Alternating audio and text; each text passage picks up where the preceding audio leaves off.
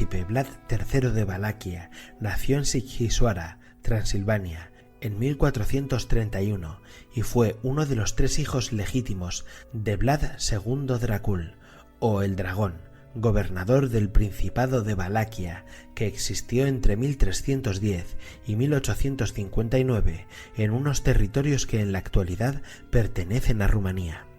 El príncipe Vlad II el Dragón, o Dracul en rumano, recibió dicho apodo tras jurar los votos de la Orden Militar Católica del Dragón, fundada para combatir a los enemigos de la Iglesia Católica, pero tras negarse a formar parte como vasallo de la campaña que el rey de Hungría, Vladislav III, lanzó contra el Imperio Otomano en 1442, en el que el monarca húngaro buscaba expulsar a sus enemigos de Europa definitivamente, no dudó en establecer una alianza con los turcos, enviando a sus hijos Vlad y Radu a la corte otomana como garantía de sumisión a estos. Aquel movimiento del príncipe de Valaquia le granjeó la enemistad tanto del monarca húngaro como del noble Juan Hunyadi, una importante figura político-militar en la corte húngara. La campaña contra los turcos encabezada por Hungría resultó ser un auténtico fracaso y tras sufrir una aplastante derrota en la batalla de Varna, donde incluso perdió la vida el rey Vladislav III, el noble Juan Hunyadi responsabilizó a los valacos del desastre que supuso la campaña, dando inicio a las hostilidades entre Hunyadi y el príncipe Vlad Dracul, provocando continuas luchas de poder que se alargaron durante años.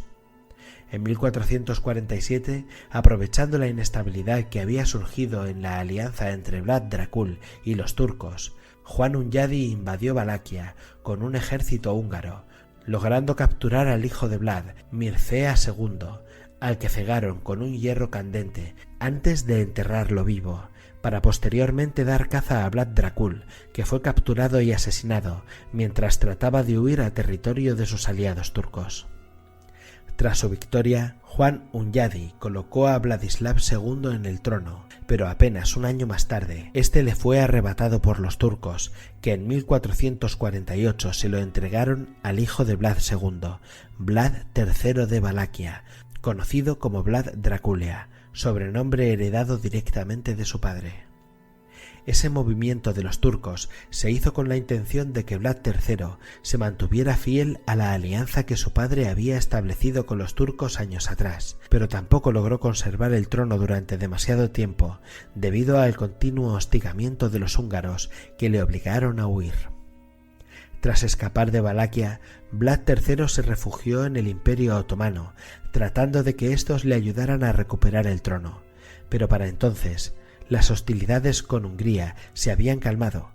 y los turcos decidieron no darle su apoyo, por lo que decidió viajar hasta Moldavia, donde se vio obligado durante años a participar en diversos conflictos y luchas de poder, tratando de reunir apoyos para recuperar el trono de Valaquia, llegando incluso a aliarse con los húngaros en 1453, olvidando todo rencor por la muerte de sus familiares y lanzándose al combate contra los otomanos con el apoyo de Hungría, logrando alzarse por segunda vez como soberano del Principado de Valaquia en 1456, enemistándose definitivamente con los turcos, que hasta ese instante habían sido sus aliados, y dando inicio a un oscuro periodo en el que se ganó a pulso la terrible reputación que le ha perseguido hasta la actualidad. Su fama de sanguinario empezó a ganársela a raíz de los brutales métodos que empleó en la guerra contra los turcos, a los que dejó de pagar tributos en 1460, como venganza a que éstos se negaran a ayudarle a reconquistar el Principado de Valaquia. Aquello hizo que la guerra contra estos resultara inevitable, conflicto que el príncipe de Valaquia encaró de una forma tan brutal y sanguinaria que llegó a convertirse en uno de los gobernantes más temidos, hasta el punto de que en las crónicas de su época se le presentaba como un príncipe aficionado a proporcionar a sus enemigos una muerte lenta y agónica a base de continuas torturas, que solía cenar bebiendo la sangre de sus víctimas o mojando el pan en ella. A pesar de la brutalidad y el salvajismo de sus actos, lo cierto era que el Principado de Valaquia, del que era soberano, estaba en una situación muy difícil y comprometida. Los otomanos se encontraban en plena expansión de sus dominios, conquistando territorios de forma imparable y manteniendo sometidos bajo su yugo tanto a Grecia desde 1360 y Bulgaria desde el 1396, por lo que tan solo el reino de Hungría y los principados de Valaquia y Moldavia, así como Transilvania, territorio autónomo perteneciente a Hungría, resistían a duras penas el implacable avance de sus enemigos turcos. En este contexto, las guerras de frontera, extremadamente violentas, se convirtieron en una constante en las que las ejecuciones y represalias masivas eran muy comunes, una situación aterradora en la que Vlad de Valaquia no se quedó atrás a la hora de demostrar su sadismo en su lucha por la supervivencia y el poder. Un ejemplo de este sadismo lo puso en práctica en la campaña de 1462 cuando, en respuesta a una ofensiva turca, Vlad atravesó el Danubio para saquear Bulgaria, entonces parte del Imperio Otomano. Al término de la campaña y con la intención de forjar una alianza, le envió al rey húngaro Matías Corvino 2 sacos llenos de orejas, narices y cabezas, acompañados de una carta que decía así: «He matado a hombres y mujeres, a viejos y jóvenes, desde Obluzitza y Novosleo hasta Sambit y Hingen. Hemos matado a 23.884 turcos y búlgaros, sin contar aquellos a los que quemamos en sus casas o cuyas cabezas no fueron cortadas por nuestros soldados. Terminemos juntos lo que juntos hemos iniciado y aprovechemos esta situación, puesto que si Dios Todopoderoso escucha las oraciones y los ruegos de la cristiandad, si favorece los ruegos de sus piadosos servidores, no concederá la victoria sobre los infieles, enemigos de la cruz». Sus brutales métodos también fueron puestos en práctica sobre sus propios súbditos, con el objetivo de asentar su autoridad e imponer la obediencia a través del terror, ejecutando de forma horrible a sus adversarios políticos dentro de la nobleza, castigando duramente a los delincuentes y a los rebeldes, con el objetivo de que sus muertes sirviera como ejemplo para todo aquel que pensara en rebelarse contra su autoridad.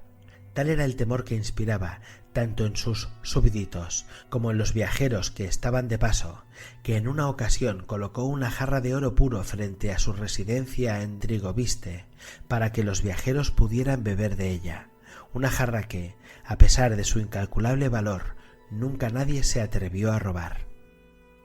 Aunque el método de castigo más utilizado por el príncipe de Valaquia y con el que se le sigue asociando a día de hoy es con el emparamiento, con los que disfrutaba alargando la agonía de los condenados a morir mediante ese método y dejando sus cuerpos atravesados a la vista de todos para que sirvieran de advertencia, llegando hasta el extremo de mandar talar todos los árboles de un bosque en el que empaló a más de 20.000 prisioneros, en el que posteriormente se conoció como el Bosque de los Empalados.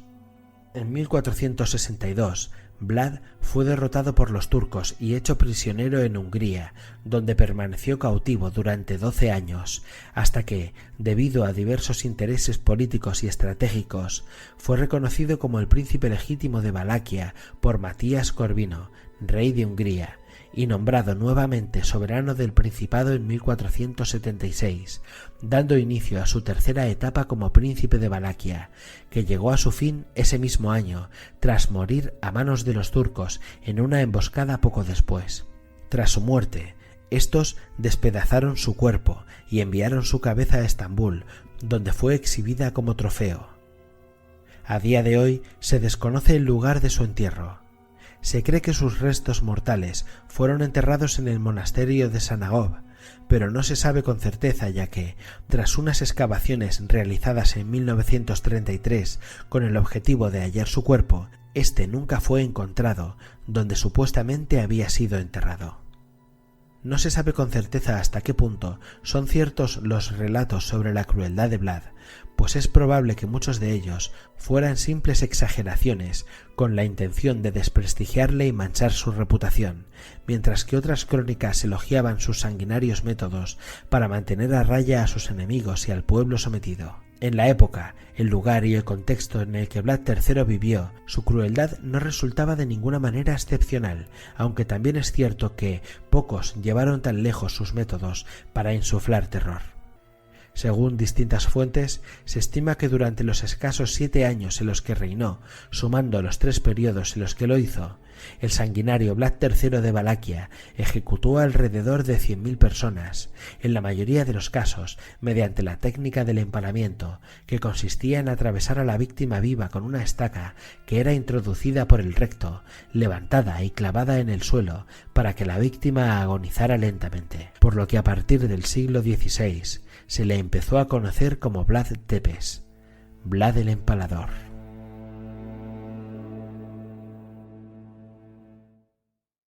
Si os ha gustado el vídeo podéis suscribiros, darle a me gusta, comentar, activar la campanita de notificaciones y por si a alguien le interesa he dejado mis redes sociales, correo electrónico, web, etc. en la descripción.